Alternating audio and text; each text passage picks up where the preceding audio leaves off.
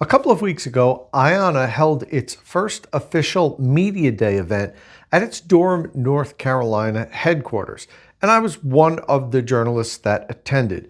I've already put out 2 videos on the day's event. The first video was an IONNA executive discussion panel that lasted about an hour and 45 minutes, where the company executives talked about IONNA's plans and how they intend to execute those plans. I then posted a video of an overview of the day's events with some interviews that I conducted with some of the representatives from the car manufacturers, as well as Seth Cutler, the CEO of IONNA. This will be my final video on the day's festivities, and this video is roughly an hour long, and it is a recording of the OEM partner discussion panel, in which the representatives from 7 of the 8 founding members of IONNA talk about why they created the IONNA network and what their plans are. Now, this is a long video. This is for the charging nerds. It might be one of those videos that, well, if you're kind of cleaning your office or something, you're just letting it play in the background, because as I said, it's just about an hour long, and all it is the 7 representatives talking about why they joined IONNA and what they're hoping to get out of it. At the end, there's a short Q&A section where Kyle Connor from Outer Spec and myself and a few others ask a question. But for the most part, the questions tossed to the representatives were done by an IONNA facilitator, and they were kind of softballs. But I know there's a lot of people that are really interested in IONNA and really hope that it turns out to be the network that really advances DC fast charging here in North America. And I know there are a lot of people out there that are very interested to hear what the manufacturers say their reasons are for joining IONNA and what they're hoping to get out of it. With that said, let's get into it.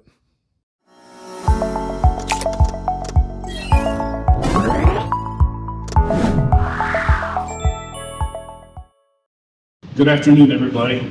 My name is Orth Hedrick, Executive Director of Product Planning for Kia America. Hi, everyone. Appreciate being here. Appreciate you guys being here. My name is Yuval Stan, and I'm Director of Eco-Mobility and Market Research with Hyundai Motor North America, based out of Fountain Valley, California. Morning. Sean Bugby, Executive Vice President of Sales, BMW North America, and I sit on the IONNA board. Will Hotchkiss, I'm the Chief Operating Officer for GM Energy and the Head of Public Charging for General Motors and Auto Detroit. Nice to meet you all. Hi together, my name is Nico Dittmar. I'm from Mercedes, located in Stuttgart, Germany, also part of the board of IONNA and part of the charging unit, so to say, one of the 3 leaders from our charging unit, where we coordinate all the charging stuff on the global scale. Good afternoon, everyone. My name is Greg Swartz. I'm the General Manager of EV Charging Solutions at Toyota Motor North America in Plano, Texas. And good afternoon again, Sebastian. I'm a VP of Charging Products for Stellantis, and I'm based in Florida. Perfect. Well, thank you, gentlemen, for being here. We thank you for your time and your time for being here. So maybe I'll start the conversation off with, and again, this is open for the panel, but maybe Greg, I'll send this one to you. From an OEM perspective, how would you describe the North American market for EV charging as it is today? Yeah, so I think, some of this was talked about this morning, but there is a gap in public charging infrastructure right now. So yes, we've talked about the demand for EVs has kind of declined, but there is still a gap in public charging infrastructure. And I also think that was touched upon this morning that you're seeing a large number of off-lease vehicles that are coming in. It's 130,000 off-lease vehicles this year, 330,000 in 2026, I think 650,000 in 2027. Those are going to be prime customers for used buyers that are going to need public charging. So I think when we talk about public charging infrastructure, there's a need for current customers, and there's also for future customers that could be new customers to the Toyota brands, to all of our brands. They need to have infrastructure. People will not want to charge if they don't feel comfortable with the charging experience. So I think that you're seeing maybe more of a natural demand now for the EV buyer, but that off-lease market is going to be coming. It's coming now, and you're going to see the need for charging, in my opinion, just continue to grow with those off-lease buyers. Yeah, Nico, maybe Can we just jump in here? Go ahead. Well, maybe from the MW perspective, it's not just about, let's call it service customers, it's also UIOs. From the BMW perspective, we have about 150,000 units in operation, customers that are in market today. And if you look at, we're integrated with almost every charger in space. Right now, it's about 150,000. Only 15,000 of those are high-capacity chargers. If you add Tesla, it's about 40. So there is a need today, irrespective of what happens with demand going forward, for charging today. So. Yeah, and I mean, also I was part of the session from tomorrow, from today morning. I heard queuing. I heard, is uptime the right KPI? Probably not. And this is exactly what our customers tell us. So it's really about having more chargers and having more reliable chargers, first of all. And this is where what unites us, so to say, to really drive IONNA forward. Yeah, I think probably for us, from Kia's standpoint, we found one of the biggest barriers for adoption on EVs is charging infrastructure. We've all heard about range anxiety. Well, part of that is how far can I take my car? If you're not charging at home, you're trying to figure out, you live in an apartment, it's really, really a barrier. So we want to be part of the solution, which is the point of IONNA. Yeah, and just one more comment to piggyback on what Orth said. Range anxiety, I think when EVs didn't have 300 miles of AER, things like that was the main concern. Now it's charging anxiety and barriers to entry. Probably 5 of the top 10 in the research we see customers talk about charging. So that's why IONNA is so important. Taking that away as a reason not to buy an EV. Yeah, look, we're in the third inning of a 9-inning ball game. Like, the flywheel is in motion. We know that the customers resonate with things like great experiences, reliable charging, and we know we need more coverage. So it's going to come. We know that customers are resonating with our products. We're seeing a high retention rate. This gives us an opportunity to mend the nets where the fish are out. So then ultimately when EV volumes do pick back up, because they will, we'll be ready. Right, and I can say, obviously, we can see that there's some challenges when it comes to EV charging. I'm kind of curious to know, a couple years ago, how did this all come about to where you had 7 brands, 8 brands in total? How were you able to put together, or maybe put aside your competitive juices to come together, to collaborate, to create this joint venture? How were you able to do that, and ultimately kind of that goal of being able to work together to build the EV infrastructure? How were you able to pull that all off? Yeah, we all got together and conspired against Ford to not be on. No, I'm just teasing. Ford's not here.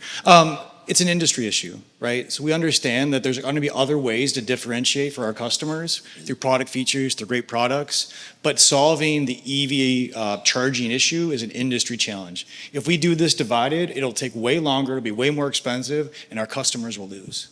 So that's ultimately the fundamentals. I think the other thing too is it was clear a couple of years ago that even at that point there was more energy from a government perspective in terms of funding and action. It was going to be woefully undersized. So just at that point, OEMs had to act because we have a collective best interest, irrespective of our competitive nature. We are trying to solve the same challenge. And I mean, we being part of also from the starting point of IONNA, so to say, it was really, there was some kind of a blueprint called IONNITY also in Europe. So where we really have make good progress by a joint goal. And really then it was awesome to find these partners, so to say, with a joint vision. Because in the end it's scale. We have had talks about economics.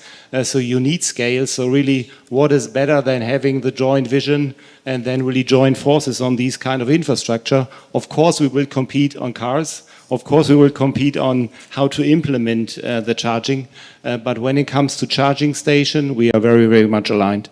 Yeah, maybe one last word. I mean, joking aside, competition is good, right? It challenges us all to be better, right? Rising tides lift all boats. But at the same time, we bring the institutional knowledge of, long history to OEMs to help lift up the engineering, the integration, and the technology. And we help, as the team mentioned today, we work in the labs. We work through how integration comes together. We solve challenges very quickly, and this is good for everybody.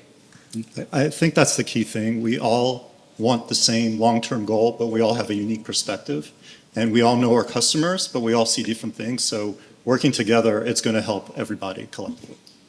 Yeah, I see it in other industries like manufacturing, aviation. Do you see this level of collaboration kind of maybe the new norm moving forward? Maybe not only with EV charging, but with other factors that come down the pike. Do you suspect you see more levels of collaboration between the brands?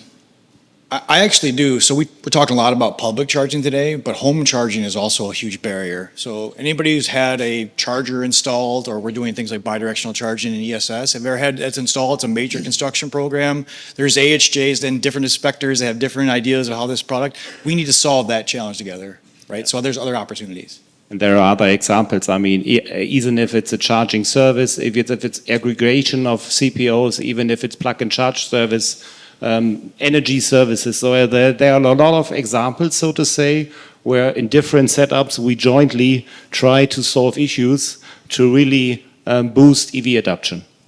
But I think it is it's not normal to have OEMs like us sitting here in the same panel talking about a shared challenge. And we should also be honest that there are limits to that integration, which is part of our industry. But I think at the same time, this demonstrates a industry challenge can be solved by OEMs, in my opinion. Yeah, what would you say is the biggest benefit of being an investor in kind of in the ground level of IONNA, from financial resources, technical resources, kind of what have you seen so far? I know it's only been a little less than 2 years. What's been the biggest benefit that you have all seen so far? I can take this one. Maybe access to people, resources is exactly what you say. Just look around. All those cars, they're being tested here. From a Stellantis point of view, next week we organize some testing. We have chargers at our Chelsea Proving Grounds. We can only do that if we're part of the show or on the table. So that speeds up things. And I think that was mentioned earlier during the IONNA. Speed is the key. IONNA needs to ramp up to 30,000 stations. They need to go fast, and we can help them go fast because we also want this infrastructure to be built up fast. Yeah, and I would say, from a Toyota perspective, we looked at this as a strategic decision.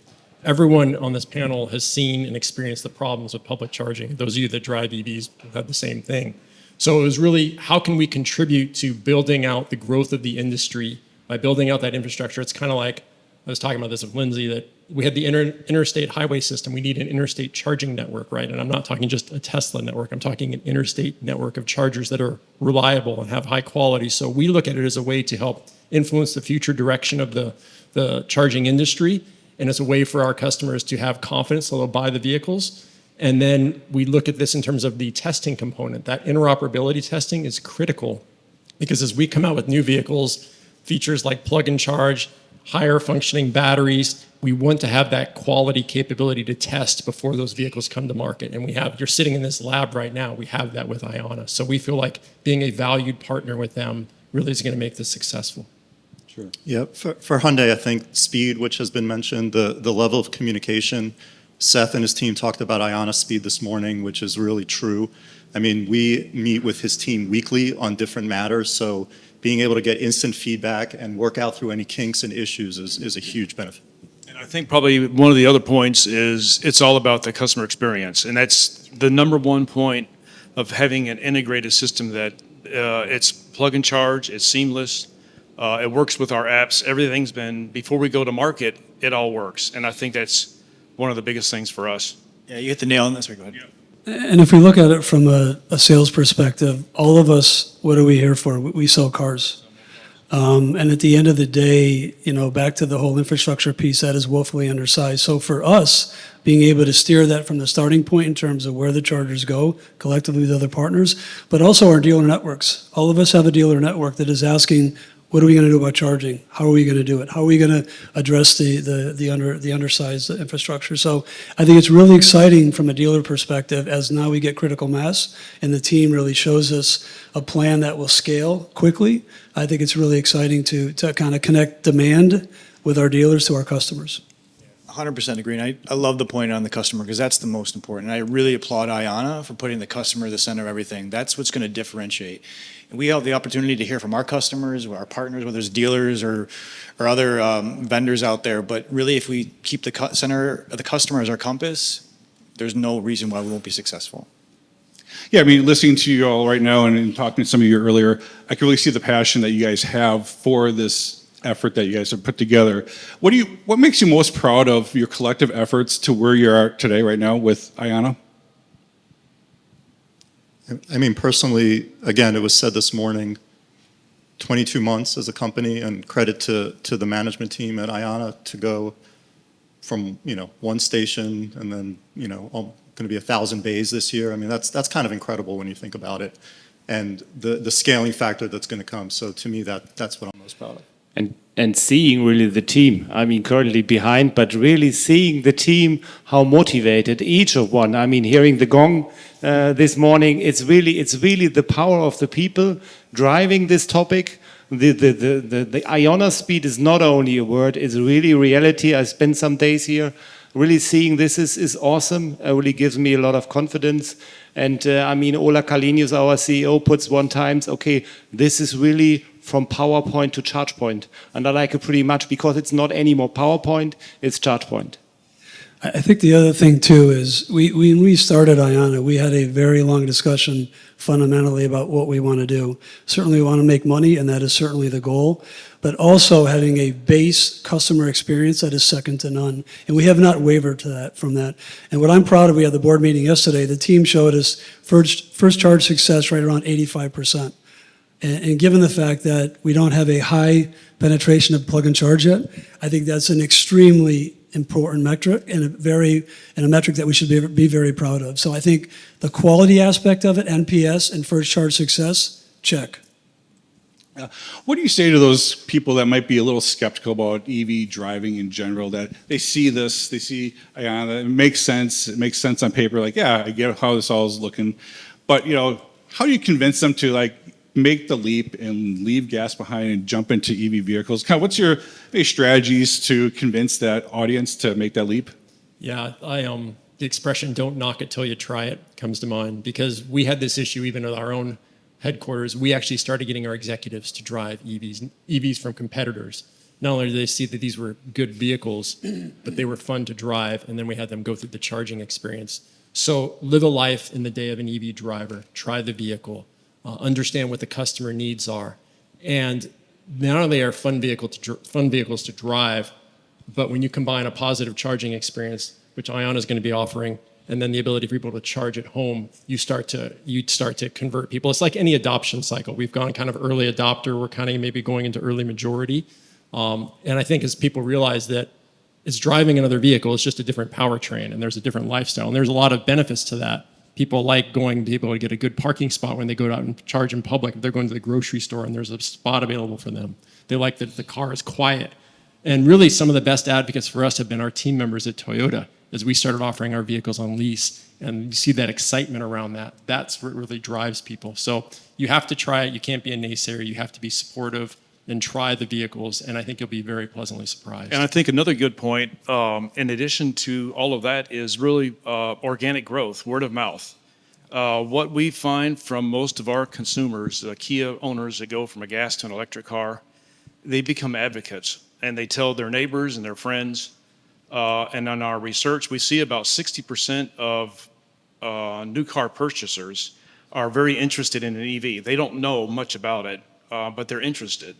And I think once you hear what a neighbor's driving, and once they get in one, they don't want to come back. But so our job as a collective group is to remove those barriers for that 60% of people who are interested in an EV and getting them into one. Yeah, it's all about education, right? Explaining to people why this is a good solution, how it fits into their lifestyle, and like it was said before, the people that buy it, they tend to stick in EVs, and then the cycle just starts. So I think that's our job collectively, is to get that word out.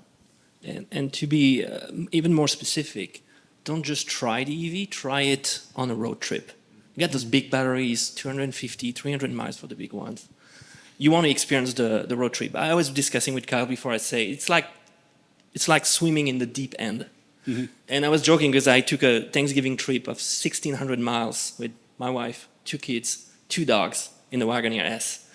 And it's like swimming in the middle of the Pacific. You are afraid. Am I going to find a charging station? And your wife is looking at you. She's like, 12%. And when you see IONNA on the app, it's just like, yes. And this feeling, and coming there, it works, it's charging. There's a Bass Pro Shop next door. You can spend an hour with the kids. Now, I'm just like, okay, I can do it anytime. I broke the seal. And this kind of experience we want to create. So people have to try it, not only go for a fun ride at the dealer, but go on those long trips. And we thank like all the influencers and all the people doing those videos because they're proving every day it can be done and it can even be cool.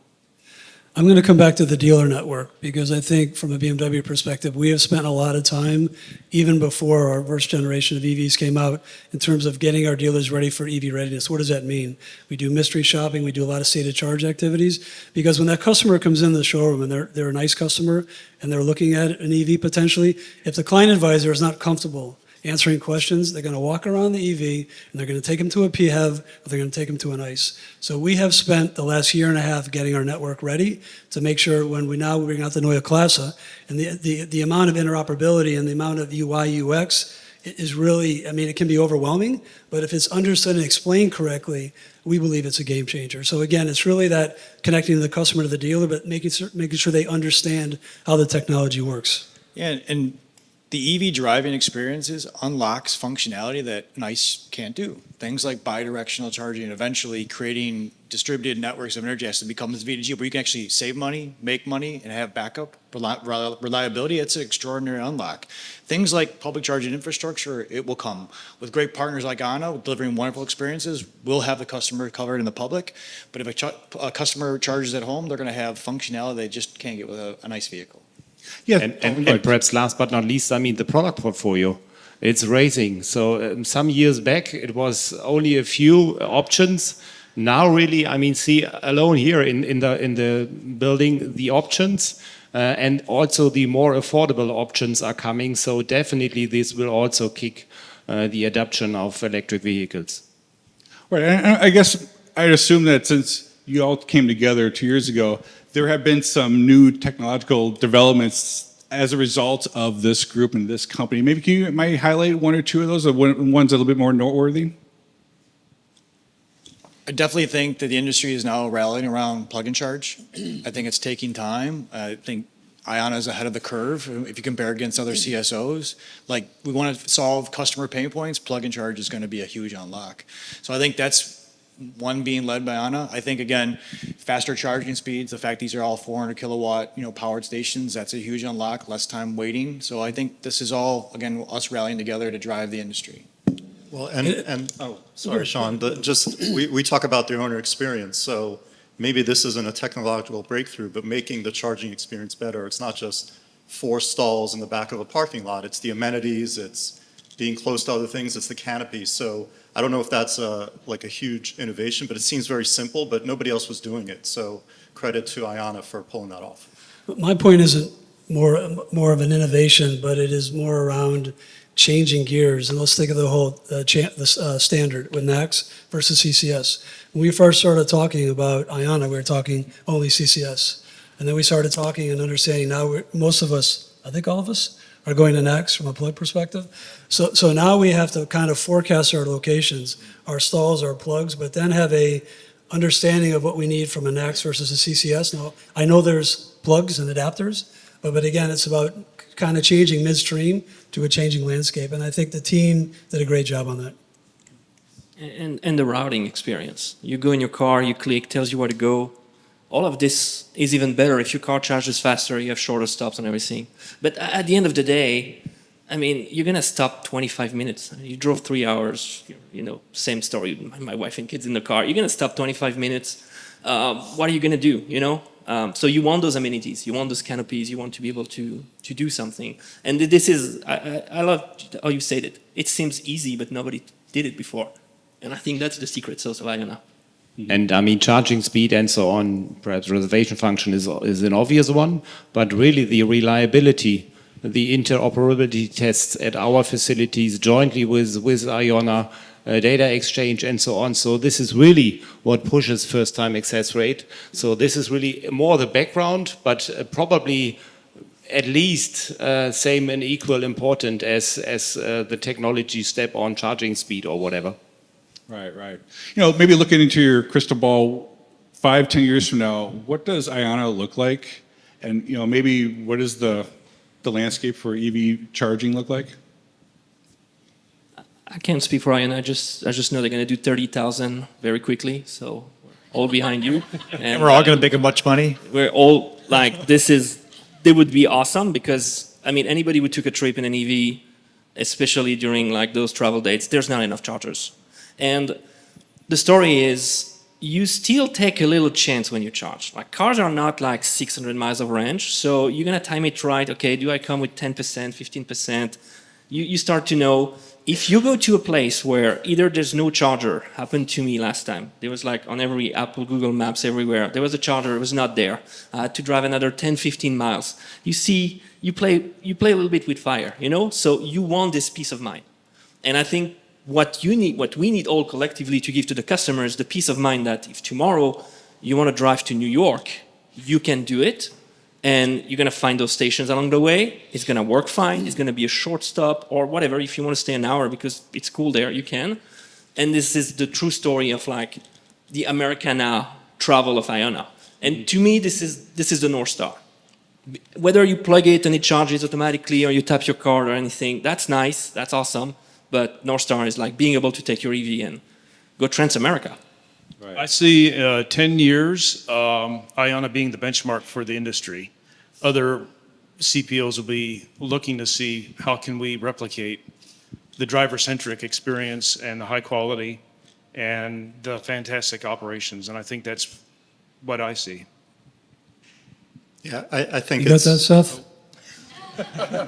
Yeah, I think it's just because of what the collaboration is going to do, charging just won't be the discussion point, right? It'll just be just like going to a gas station now. It'll just be there, and we won't have to worry about it. It won't be a reason not to buy an EV.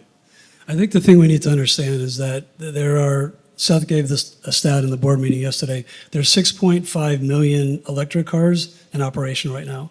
And we've already seen, let's call it after 45W and 30D, that volume has gone down, right, for electric cars. Some of that is pulled forward because of the end of the subsidies, but people will still buy electric cars. And us as OEMs will still bring product to the market. And I think this is the underpinning of IONNA, is this high capacity, high uptime, high convenient charging network. And whether all of our estimates are right or wrong, the base fundamental demand point is still there. And because the IONNA team puts really the driver first, I'm pretty convinced that the choice number one will be IONNA. So from the customer's perspective, in 10 years, probably not only in 10 years, probably also next year or whatever. So the team is fast. It's IONNA speed. So looking forward. Yeah, I mean, a few questions and we'll wrap it up. Why should drivers and maybe the industry as a whole be excited about the outlook for IONNA? Because they're filling a need that is rampant right now. The gap in public charging infrastructure is very tangible. And customers want choices. Not every customer wants to charge at a Tesla network. Now, yes, we have our vehicles that have that capability, but they want options. You want confidence and security.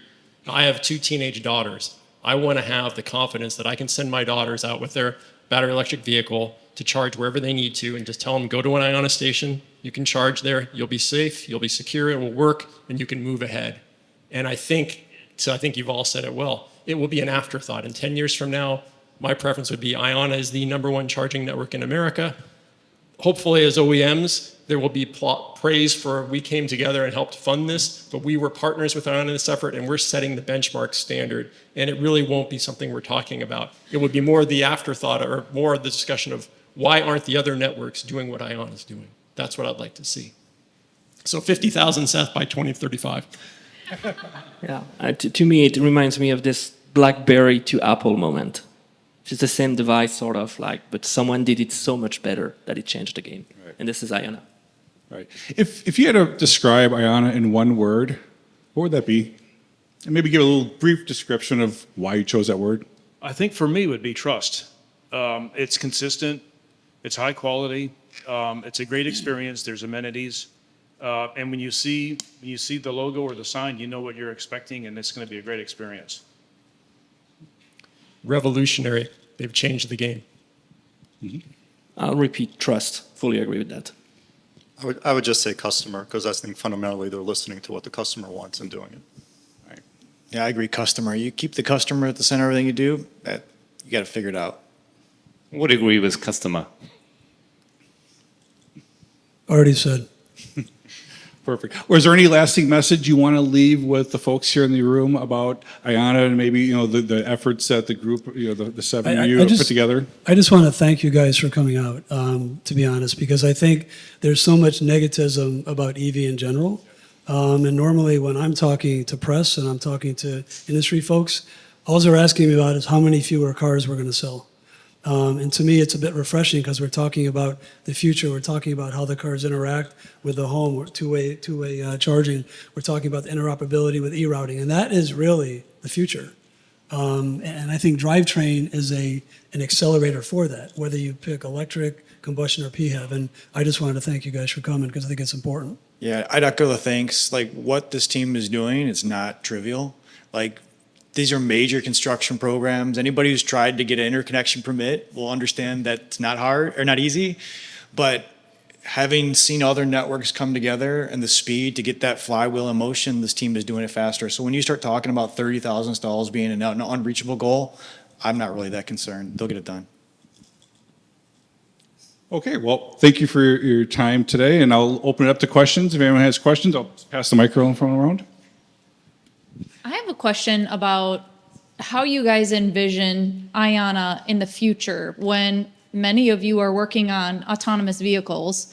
And in that case, the product is, I guess, the car or you or some other entity. But how do you see that fitting in the future where we're seeing that autonomous vehicles or things like that? How does IONNA play a role in the future when the technology development is going towards driverless cars?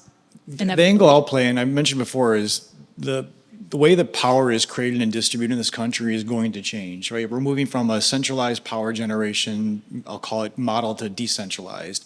And IONNA public charging stations, vehicles are going to become nodes on a connected network. So it's going to become synonymous with the way that power is created, distributed from utilities to end customers, and they're going to be a vital role in that ecosystem. So whether it's autonomous technology, whether it's just the interplay on the way the grid is, functioning, I see them playing a big role in it. I'm going to be a bit the party pooper here. I don't see massive change. Like we have a competitor with a red logo who has like almost autonomous cars. Guys still stop at the chargers, they get out, they stretch their legs, they plug their cars, and they go back and maybe they can read a book. There's not a lot to. So I don't think it's going to change a lot drastically. You still want to stop every 3, maybe 4 hours, have a good time, spend 30 minutes, have a good coffee, enjoying, and then go back to your trip. So I don't foresee it like as maybe there will be some elements like intra-city, for example, where you have a fleet of autonomous robo-taxis and they need to charge fast. And then there's going to be some technology probably that help them charge faster, or people just plugging them. But from my perspective, yeah, my car can drive itself from an IONNA station to another. It's going to be the same story. And then my other question was for you two in particular, you have your own networks. So what made you want to join IONNA on top of already the commitment you've made to invest in other networks? First of all, we do this not only in the US, but specifically for the US, we really foresee a high need, a bigger need than in Europe for charging and for high quality charging. This was really for us a reason to even do a two-train strategy, so to say. We are proud on this. On an own network, of course, you have even a higher influence, which is not saying that this is not a good joint venture, but things like reservation function, for example, is an easier one to put it in your own network because you have full influence in the full stream, so to say. This was a reason for us to really have both. So first of all, the need. Second, of course, the quality. And when it comes to the driver experiences, because there we have really the target to be best in class, we have a differentiation. I think there's an opportunity to make multiple bets. Like we see an opportunity to, diversify with IONNA and what we've already invested with our other partners, but we do see the benefit of working together because it is an industry challenge. Yes, we are going to solve a part of the challenge with our own network, but we absolutely see the ability to scale when we work together collectively. Hey guys, thanks for taking the time and coming out here to answer some softball questions. Let's change that. Anyway, no, really appreciate you doing this. This is freaking awesome. Obviously, as a heavy user of IONNA, I'm excited. But as you all know, it's not just about the charging experience, it's the integration with the car.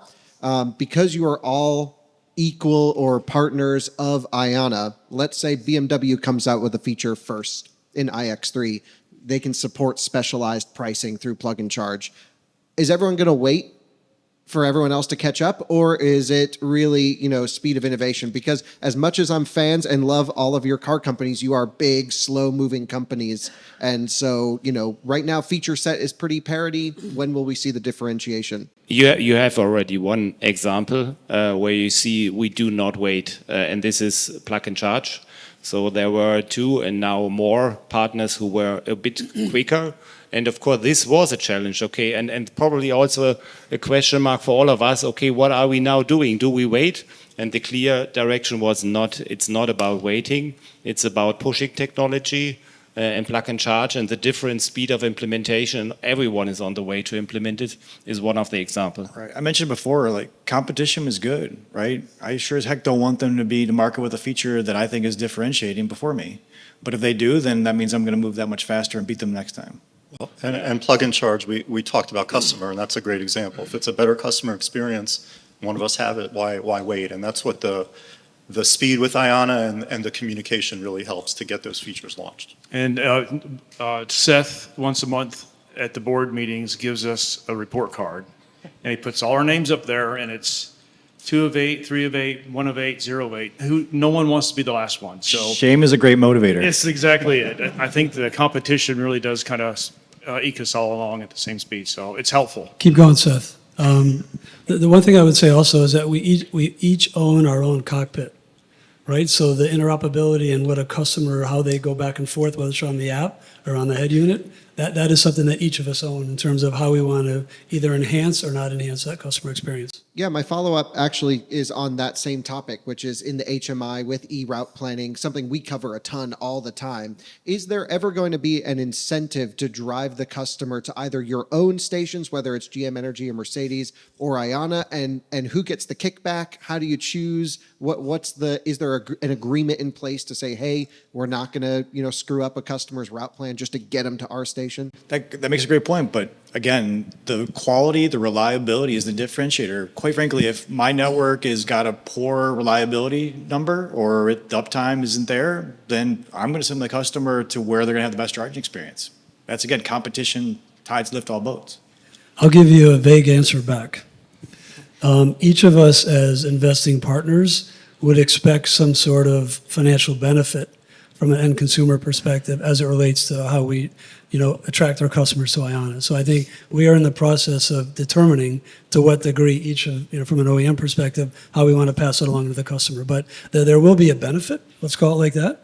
Obviously, from our investment, we want to pass it on to the customer as well. And I mean, there are offerings on the go, so to say. One would not like to go too deep, but there are offerings coming. And of course, depending on the offerings, we will adapt the routing. Because of course, if a customer have a great offering, this customer would expect that there's a specific routing to the station. So there's a dependency, and as soon as offerings are coming, the navigation, at least for our cars and customers, will be adapted. Yeah, I don't think it's about like forcing customers to go like there first. It's giving the option for the customer to decide, oh, I want IONNA first. And that's what we're working out, like Free2Move Charge Stellantis. Wait a couple more weeks, you'll see a nice update on the Free2Move Charge app, and you'll love to see your IONNA slightly a little better, slightly a little different. So you love that. That's just a detail, and that's what we provide to the customer. Thanks, y'all. It's going to be back to softball questions after that. Thanks, Kyle. Just for my background, and sorry if I haven't done the research, but I do get the impression that you guys know each other pretty well. Can you tell me how often you're meeting, collaborating, either personally or with the teams you manage to go through, discuss, advance all this? Do you mean talking as among OEMs? Yeah, like outside of just, you guys getting together for this panel or this event, how often are you actually working together, face to face or from afar? Can I 1 second answer? I'm just backing up for Chai Doyle because he's not here today, so I'm not part of the board. Thank you. Okay. I mean, from a board perspective, Nico, myself, and Ort sit on the board along with board members from other OEMs. And we meet quarterly, but we talk more frequently than that, because as you can imagine, there's a lot of things that come up. So I think what you're seeing is that you're seeing competitors sitting next to each other that are trying to solve the same topic. It doesn't mean our board meetings are easy. Let's also be open. But I think what is a common theme of all of us is full trust and confidence in the C-suite of IONNA. And I think that is what most of the discussion circles around. You have a plan, and that's what we're talking about.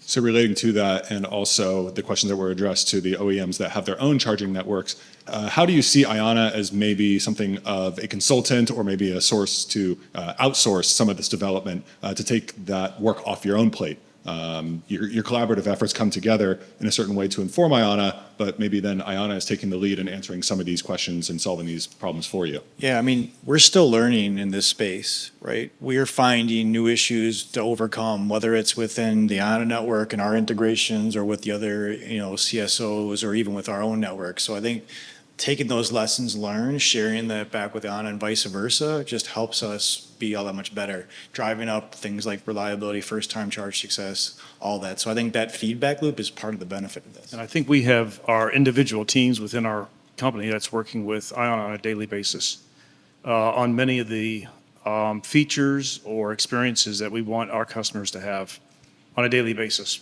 with the engineers and the marketing folks and everybody else. But having multiple options, so to say, does also mean, due to antitrust, Chinese wall, to be clear. So of course these are competing activities. So therefore we have waters for exchange and so on. And there's a number of us that sit on consortiums or other types of committees that we share things like standards, industry challenges. We participate in a Harvard, consortium. So I think just sharing those things that we protect our IP, but at the same time, there's industry challenges, standardization we can work together on. And finally, are you guys happy with the members of this group, or is there another automaker or automakers that you wish were part of the IONNA group as well? I tease about 4, but I talk to those guys quite often. It's an industry challenge. Again, we got to continue to work together. So I don't know everybody on the panel here, but I'm very pleased with the partnership. Yeah, I mean, and we as Hyundai are very happy because everyone here has shown the commitment, and it's going to help everyone. So I think that's the key thing. Yeah, we're happy. I mean, if you think about it, 2 Korean, 2 Japanese, 2 American, 2 German. That's pretty good diversity. Yeah. And even if you are not on board, I mean, you see the partnership with Rivian and Ford. So it happens also without being shareholders, so to say. So it's possible. So I have a question. Many of you have offered free charging programs on other networks. Pretty much everybody here, I think, has offered in one form or another. Now you're partners in this network. If you don't mind, could each one of you individually answer this question? Do you plan or do you foresee offering a free charging program to your customers on IONNA, some sort of free charging program? So there's obviously only so much we can tell at this point. I mean, Ricardo this morning alluded to benefits that as JV members our customers will get. And to be clear, I'm not asking you if you're going to. Would you consider offering a free charging program? I mean, you never say never, but honestly, I don't think that's the best direction. Developments are coming. Stay tuned. I mean, from a BMW perspective, you already know probably that we have an offering through Electrify America. I think certainly it would make sense for us to put our investment where we believe it has the most impact. I'll leave it like that. We'll continue to find the ways to delight our customers. I'll leave it at that. Yeah, I mean, we have had free charging on a global scale in different regions. And of course, regularly we are evaluating opportunities depending on the offering, but we are evaluating at least. We had free charging with EVgo, the 26 model year. BEV Toyota owners will not have that offer. We are looking at offerings with IONNA. If we were to offer any type of seriously discounted charging, IONNA would be the first choice. And Stellantis, the boutique EV. We have, this offer when you get $600 of free charging credits. If you have those, you can use them today at IONNA. It works. And that's great. And I'll just finish up with a comment. If you do, please don't make it an unlimited free charging program. It was a disaster for one of your competitors because what it does is it funnels all the people that live in that area that could charge at home to your DC fast chargers, blocking them for people that need them, that are on road trips. So if you are going to consider it, please offer some sort of a limited, like 500 kilowatt hour or something. I know it's a great sales incentive. People love that. Like, you don't have to pay for fuel for 3 years if you buy our electric car, but it ends up being counterproductive and it hurts the industry. So please consider that. Great It's feedback. not free for the OEMs. Yeah, and well, you know, you can give cash on the hood on the car, or you could give IONNA $500 I think of credits. you're hitting on a big point, Tom, where I know on the Toyota side, we're looking at more targeted, surgical incentives in the areas where it's needed. Yeah, because the Electrify America program was really a disaster, in my opinion. So please don't follow in that. Learn from their mistakes. I concur. Just so you know, it is no longer unlimited. I don't know if you're pointing the question at BMW or not, but that was changed 18 months ago, just saying. Well, everybody slowly. And we all learned the same lesson as you just mentioned. Yeah, I got one. Yeah.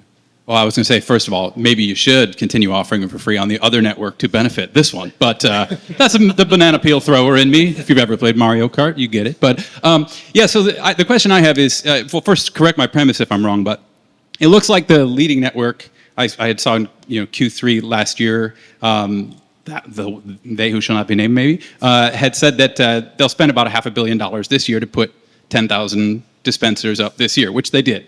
So if you look at cost per dispenser, there's something revealing there, but also that their company, the supercharger network itself, would be a Fortune 500 company if split out. Obviously, you're all investing, so you've got your sights on that happening here as well. When do you think that might happen? That money is flowing the other direction, and what's the moat? Because they will have 3 times probably the installed base, and why can't they just do what they're already doing, putting nice restaurants and coffee shops and all the stuff? I mean, it's not. Adding amenities is good, and the reliability is good, and I guarantee you'll both have it, but why can't they just add it for a much smaller price to an installed base? So the question is moat, and when will the money flow the other direction in your estimation? Thank you. I would say we're not going to address financial matters. That's what I would tell you. The message That's a board discussion, to be open. The message from Seth was pretty clear. The only point I would really point out is we as Mercedes are really believing that this have to be a profitable business in the end. And so this is the target, and the team is doing a great job to be on the path. So not disclose any kind of details, but the target is clear. This kind of follows up on Sean, what you said a little earlier about return from end customers, and it kind of builds on the last question too. And without getting into specifics, because I know you can't or won't, but the idea of you've all invested significantly in IONNA and want that to succeed. But there was some talk about metrics and KPIs. I guess individually, as you're looking at what is the return for our companies on this investment we've made, what are the kinds of things that you're gauging? Like, how do you know when that's successful? I mean, it's still very early and it's on that path to profitability, but are there things you're watching in kind of these early phases and then things long-term that you'd like to look back and say, this is how we know this has succeeded? So you're saying how is IONNA succeeding, or how is our investment in IONNA doing? I guess the investment individually, as automakers looking at, is this investment that we've made paying off? How do we know what kinds of things are going to be key for you to determine, what that looks like? I mean, one thing we talked about a few times is the customer response, right? If charging is no longer a concern or a barrier to entry, to me, that's an indication that the collaboration has been successful. Yeah, and I would probably put on top of that what I said at the outset was removing a barrier for jumping on an EV. The consideration is there, the interest is there, and this is removing that barrier to adoption. Yeah, and I would say that beyond the metrics that IONNA has in terms of measuring their performance as a company, we look at it from a Toyota and Lexus perspective of, are our customers using these chargers? Are we seeing increasing usage of IONNA stations among our customers in those key markets? Are we being successful in directing them to IONNA? That's really critical for us. And then their promotion of IONNA through social media and other channels, that is going to be another success, because it gets to that word of, that customer experience is critical. So that's what we're going to start to look at. I think we should also realize that we are still learning. We have 47 or 48 sites live, Seth?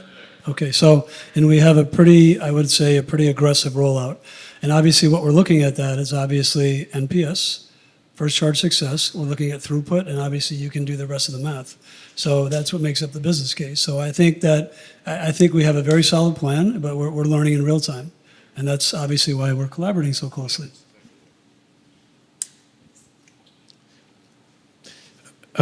So my question is, and I think a lot of us sitting on the outside, we sort of imagine how difficult it is if you have like one boss or one outside person giving us direction. I know what IONNA might say, but now we have 7 of you up here. Like, what is it like working with IONNA? And for example, like the 30,000 port target, is that something you guys all came up together with and said, you will do this? Or was it the IONNA management that said, this is our target, what do you guys think? So I'm just sort of curious that dynamic and that relationship that you all have with IONNA as well as with each other. I mean, it sounds like the board meetings are very productive and happen regularly, and that you have teams on the back end that are coordinating. So I'm just curious, like, how this dynamic works. From the outside, it seems like it could be a nightmare, but it's working great.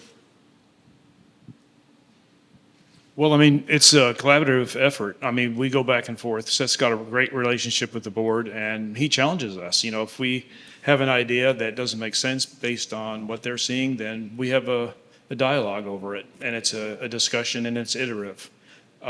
That's my observation of how it works. I mean, the general targets about these 30,000 stations was from the first day, from so to say, set, not in stone. And then, of course, we challenge each other. As you have heard, so we challenge Seth and the team about the speed of deployment. Seth challenge us when it comes to implementation of new features. It's really jointly drive it forward for the customer, put the customer first. So it's really a joint effort, so to say. It's not that this is only driven by us or only driven by Seth. It's a joint effort. I can speak a bit more on the working level. I'm not at the board, but I'm in charge of developing the app and the ecosystem. It works really awesome. What we see is like the board is acting kind of like a concentration of like they align on the big idea, the what we need to do, like the campaigns, the plug and charge, all those stuff, like what we need to launch, and it drizzle down. And then we work more on a star pattern. Like I don't interact with the competition when I'm developing. I'm interacting with Elizabeth here, and it's on rails. It goes super fast. We all agree IONNA is challenged by 7 OEMs, and they deliver. So far, I'm working with many other OEMs. I'm happy to say it's the most efficient, the fastest, and we work really well together. Perfect. Well, I think we're out of time, so appreciate your time and your insights here today. So thank you for being here.